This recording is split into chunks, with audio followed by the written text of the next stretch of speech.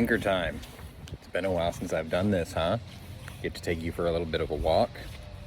Yeah, well, it's nice outside, as you can probably see. It's like 65. And what I thought I would do today is a short little video on how to replace the speakers in the back of the 2003 Thunderbird, because apparently nobody has a how-to on how to do it. So anyway, sit tight, let me flip the camera around and I'll show you how it works. A few moments later. Okay, so I already took the grill off, but I'll show you how to do that in a minute. Essentially what you want to do is you want to grab along the top here and pull ever so gently, and the clips will start to work their way free, just so you can gain access. There is a clip that is supposed to be here on mine, but it's apparently broken off, and it looks like it hooks around right here. So when you start pulling, you might want to push in that direction to get this to kind of cooperate, or maybe someone messed with yours before already and broke it off. But once you get this off, taking the grill off is actually pretty easy. If you look here on the back, there's two clips along the bottom and one on the top. And that one is deliberately crooked because it fits in this way. And what I did was I just stuck my hand in behind both sides of the clip and wiggled it, and it popped loose. If you pull from the top, you have a good chance of breaking this. So you want to grab it on both sides as you pull.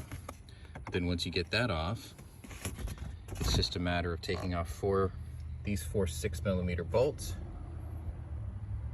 and the speaker should come out. So let me get that out, and I'll tell you if there's any surprises along the way. 2 hours later. Okay, sorry for the shitty lighting, but all the sound in the back of the car comes from these tiny little 3-inch speakers in a 5x8 enclosure, or 6x8 enclosure.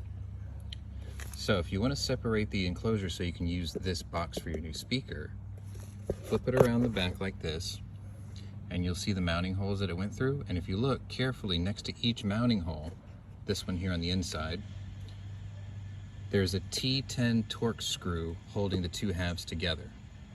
Once you get the 4 screws out, they're in those positions there. You can unplug the speaker. There's a small blade and a big blade. You won't be needing this anymore. So I decided to upgrade to some Pwnery A-series 6x8s. And the installation's pretty obvious and easy. So let me grab one here. Thankfully the box has the original connectors, and you just basically line them up to those two blades, put this back together like so, run the screws back in, and you're done. And then you just repeat for the other side. So this is a 350 watt 4-way. I think its RMS is 80. Yeah, 80 watt RMS.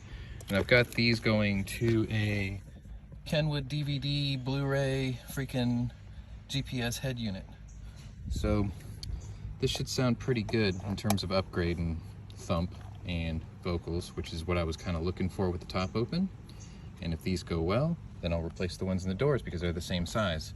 And we'll do another video on that. And eventually I'll get to these little 3-inch guys here. Anyway, let me get this together and do the other side, and we'll do a dry run to hear what it sounds like. It's gonna be a pretty short video. I mean, these things are really straightforward. Anyway, sit tight. 24 hours later. All right, there it is, installed. I had to use the screws that it came with because they're a slight bit longer. This actually doesn't fit in the bucket flush. So what I did was I took the ring that came on the outside, flipped it upside down, and used it as a spacer, and then cinched it nice and tight so it doesn't move. I think the plate doesn't buzz either, which is gonna be great. Then it's just a matter of clipping this back up here, grab the grill, clip that in its 3 spots there, push that on, done. And then repeat on the other side. Then we do the sound test. Stand by. 1 eternity later.